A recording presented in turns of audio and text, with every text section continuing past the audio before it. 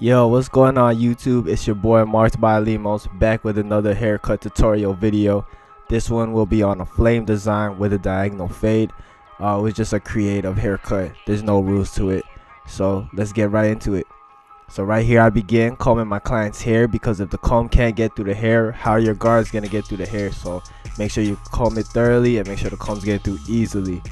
So right here I'll be doing the one open, going with the grain, and making sure I have a smooth surface before I get into my detailing portion with the outline of the design.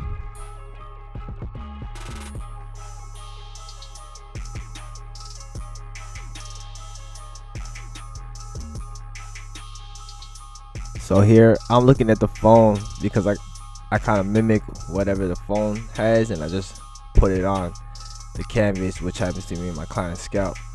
So I look at the phone and I start doing the outline.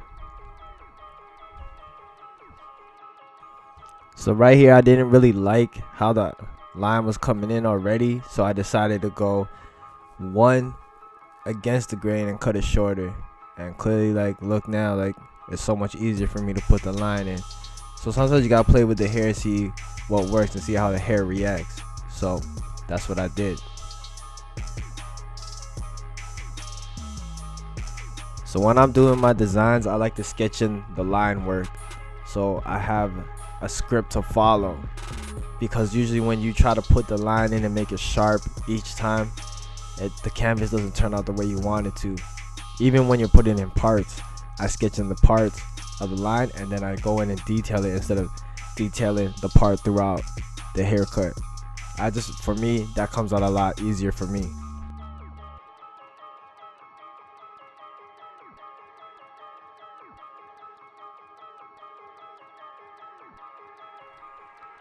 So after I've done sketching out the design work, now I'm really gonna get detail. And when you put into designs, you got two lines. There's a top line and a bottom line. Make sure you make both those lines nice and sharp so you can see all the details in the design. That's what really makes it pop at the end of the day.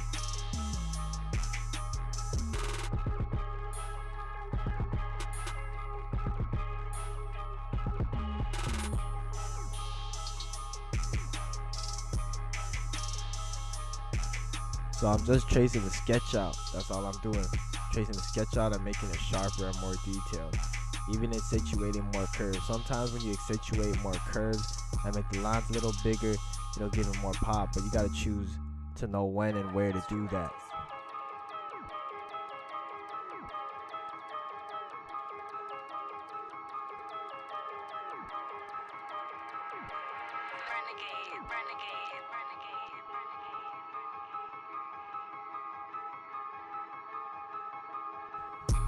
So right here I begin to put a frame on the picture, so that's why I start lining up his edges so I can see exactly where I want to put the fades and where I want to contrast and make transitions happen throughout this design to really make it stand out on his head. So when you look from far, you can really see the details. I already got the line work in, so now let's fade it out. So I already know that I took it down to 1, so what I'm basically gonna do is blend that all the way to 1. I don't think I used a zero guard here, so I kind of skipped that, and the blend came out pretty nice. And it was actually my first time really trying to do that.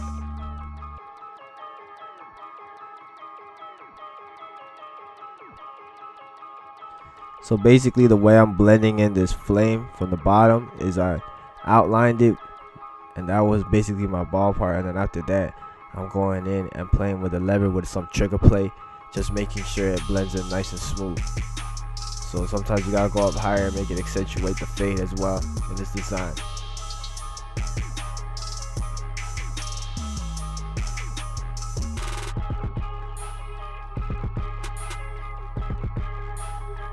So now that I see how the flames are kind of turning out, now I'm really gonna sharpen up the line work.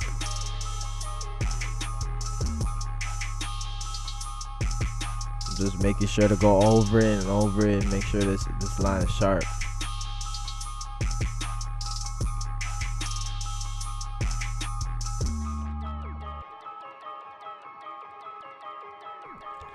I'm doing this design with the Slimline Pro LIs, and no, they're not zero gap. I do have a finger length in between it, so maybe just short of a hair. It's not really completely overlapping each other. I don't feel like that's necessary, because you just come in and hit it with the razor. Nothing really gets closer than the razor, besides the foil shaver sometimes.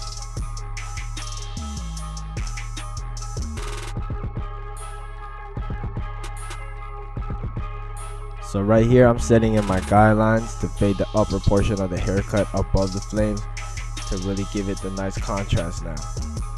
So the same thing, I'm still in the area where I blend to the 1, so I'm just using some trigger play with the no guard on it, just using my half guard, close, middle, open, seeing how it's gonna blend out and really work out the contrast.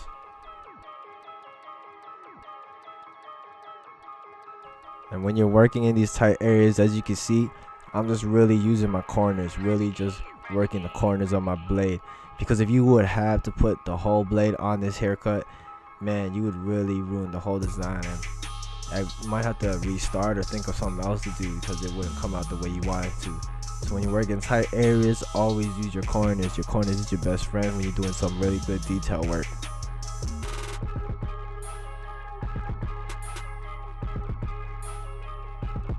So right there, I'm really just using the 1 guard open, blending it up into his parietal ridge, and I'm coming beneath that with no 0 guard, just the lever open.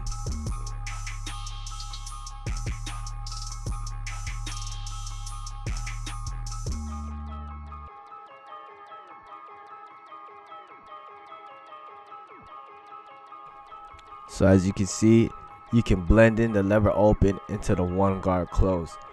The way you use your clipper, how you hold it, and how you tilt it, where you can really add some length without even using the 0 guard. Because on the wall system, those are just used to blend. Those are like cross-checking blenders for you. You don't really need them.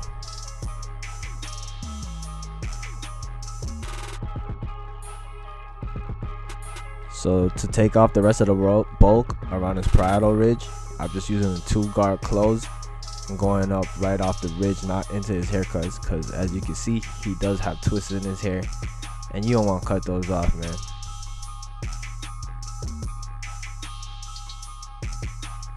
And I just used the 1 open to blend in to the 2 guard. I skipped the 1.5 guard as well. So right here, I'm just setting in my first guideline with my Andes Slimline Pro LIs. This is a diagonal fade, so I'm just giving my fade some direction on how I want it to blend in towards the flame on the other side. So right here, I do have the outliner blade on my Andes Super ZR. This is what I'm using to bald it out and get it as close as possible. I won't be taking the foil shaver to his skin, because as you can see, it's already turning red. So in that case, it will bump up when I take the foil shaver to his head, so I'm gonna skip that part and not use it. But that's how I would tell if I could use the foil shaver or not. If the skin's not reacting to such a close blade already, then you're safe to go ahead and use it.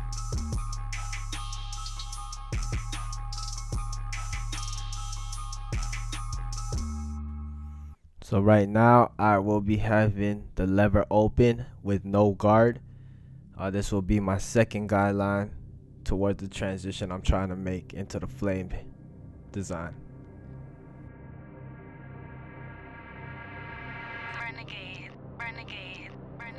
Now that I'm getting closer to the parietal ridge, I'm going to clip it up so I don't cut into his twist, and I can give it some transition going into the twist of his haircut. So right here, I'm on the 3rd guideline, which is the 1 guard open. And now we'll begin making this transition work. So right now I got the lever closed, taking out that first guideline. So some of you guys don't go up high enough on the ball line, which kind of makes it hard for you to make that transition. So as you can see, like, I go up pretty high on the ball line, and it fades out pretty clean. And right there, I'm just using the 1 guard closed, take it off. No 0 guard. I'm just using the lever open with no guard to blend it in, using my corners and the tilt of the clipper and how I hold it.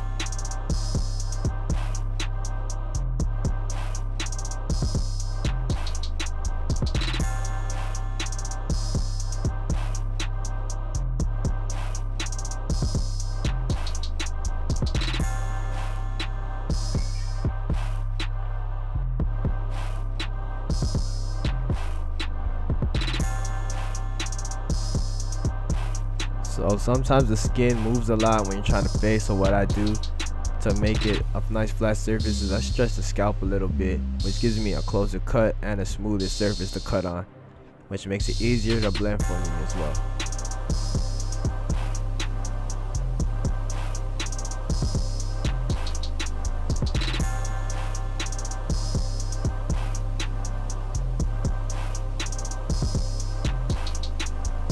So once again, I'll be taking off the rest of the bulk around the parietal ridge with that 2 guard closed, and I'll be up with the 1 guard closed, I believe, going with the grain.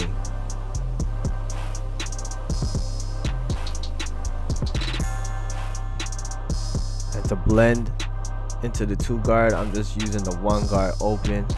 The same thing, the way I hold the clipper and how I tilt it and use the corners, that'll give me some extra length, and I'll just blend out the second guideline.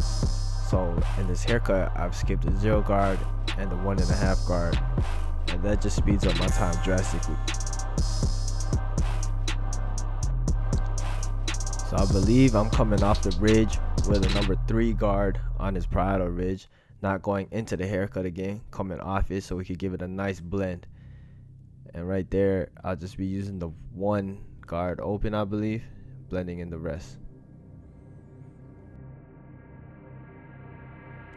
So we begin to work the back area, which is a lot closer for some reason, because he likes to have his dreads drop. So I'm just gonna hit it with the 1 guard open right underneath, and then I'm gonna close it and use the 1 guard to take off some weight around his occipital bone there.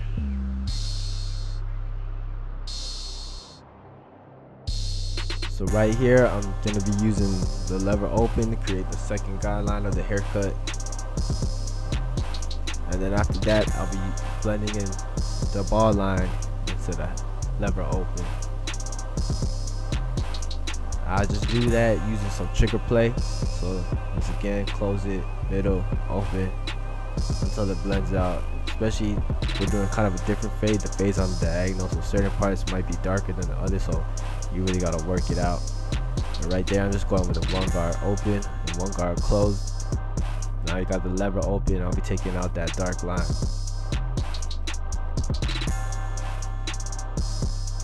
So usually people's backs of the heads are the most dense and always the hardest to fade for me, so I do spend a lot more time here working the dents out, working the indents out, working the transition. So right here, I'm making sure it just blends in into the twist properly. So I'm using a 2 guard, blending right off the ridge and not into the haircut.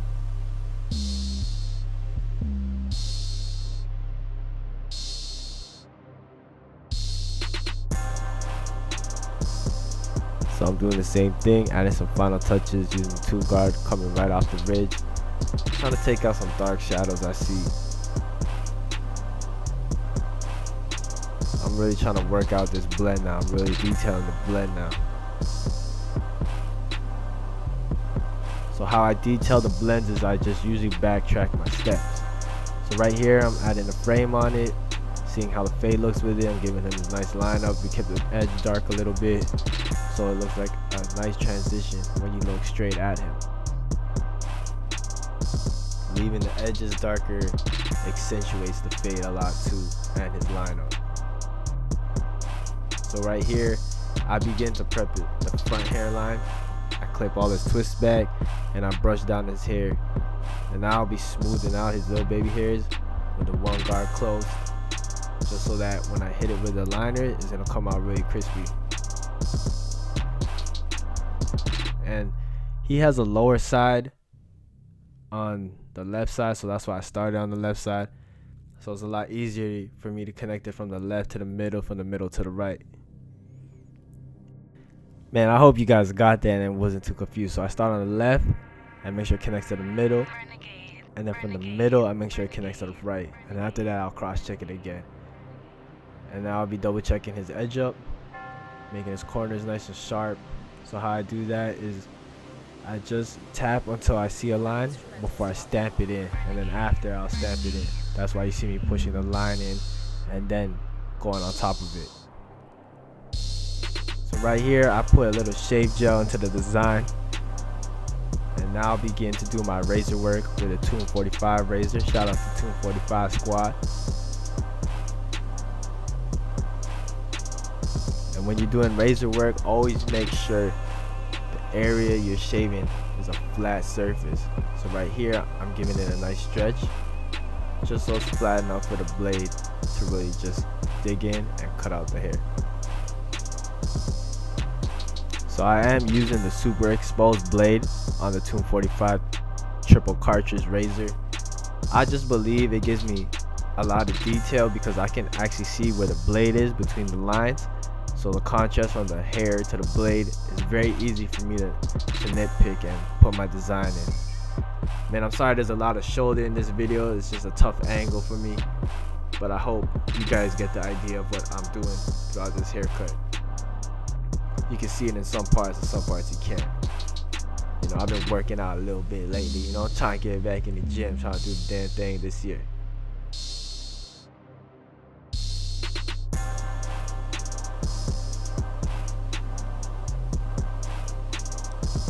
So as you can see, I'm hitting the top lines and the bottom lines because like I told you, there's 2 lines to design. So make sure you get those details, and as you can see, man, it's really making a pop, man. The razor's putting this thing to life.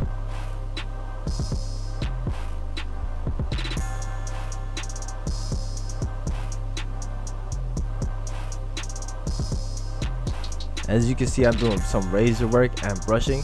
What I do with the brush is really clear out the debris so I can really see the details. And for me, after I'm done razor working, I usually hit it with a trimmer because I believe the trimmer gives it that nice detail.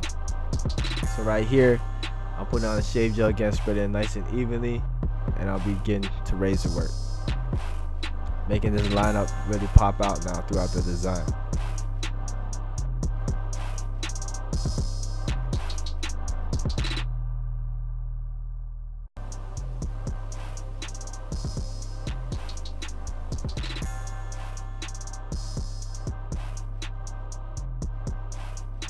So the same thing I did to one side, I did to the other.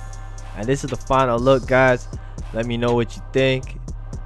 Hit that like and subscribe button. Please subscribe to my channel. Follow me on Instagram at markbylimos. And we'll be back with another one next week, man. Trying to keep this fire going. So let's keep pushing the channel. Let's keep growing. Let's get it.